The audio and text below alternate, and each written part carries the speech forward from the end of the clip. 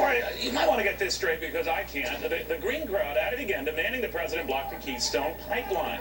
This says more anti-fracking laws are gaining support across the country. If these environmentalists get their way, who pays? Charlie Gasparino, in other words, what you give with Keystone, you take back with limiting fracking. These are the same loons that, are in Occupy Wall Street and say they don't have jobs. And, here's how you create jobs. Part of it is lowering the energy prices, shovel-ready jobs. By the way, no shovel-ready jobs during the stimulus. We got them right here at the Keystone Pipeline. But, Dagan, I think it's a way to appease both unions that want the jobs and environmentalists who don't want the dirty oil, right? Absolutely. They can keep protesting because I know one thing. U.S. oil production's the highest it's been since the early 90s. It will top imports for the first time since the 80s shortly. And stockpiles of oil in this country are the highest they've been in about 80 years. So we're doing just fine right now. Charles. I tell you what, it's going to backfire on them. Already coal is starting to increase. What would you like, environmentalists, coal or natural gas? Would you like to see jobs? Would you like to see higher tax revenue?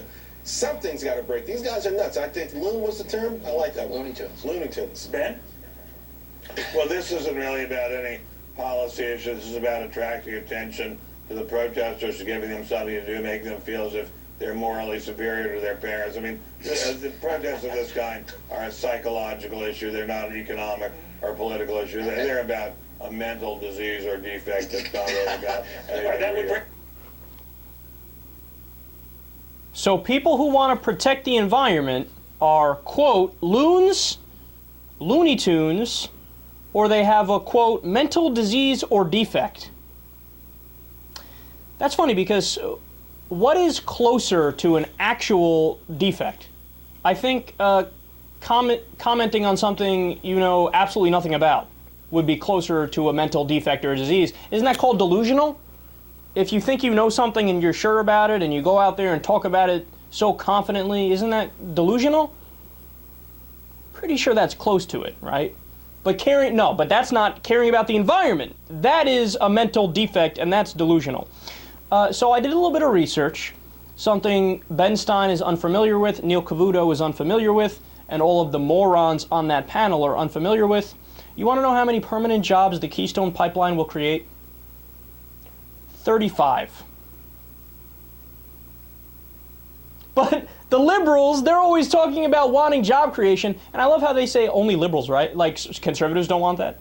Everybody wants job creation. So they're always talking about job creation. Here you go. You can have job creation by the Keystone Pipeline. How are you not in favor of it? What are you, stupid? You must have a mental disease or defect. So that's such a dumb argument. So all jobs are created equal? So what if we hire somebody to go out there with some nail clippers and clip our lawn, one strand at a time with the nail clippers? Is that job equal to a job in the technology industry?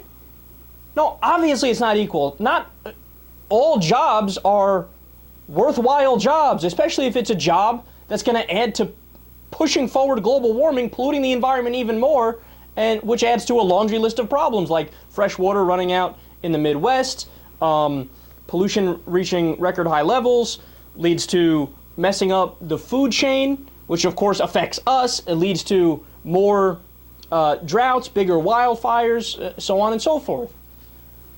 God, these guys are so ignorant and they're so proud about their ignorance. Now, not only would the Keystone Pipeline only create 35 permanent jobs, the pipeline will carry and emit 181 million metric tons of CO2 every year. That's more than 37.7 million cars or 51 coal plants. So we get this tremendous increase in fossil fuels being released into the environment, moving forward global warming and increasing the pace, even though we've already passed the dreaded 400 parts per million level, right? But liberals and environmentalists get scolded because we don't care about the 35 jobs that would create.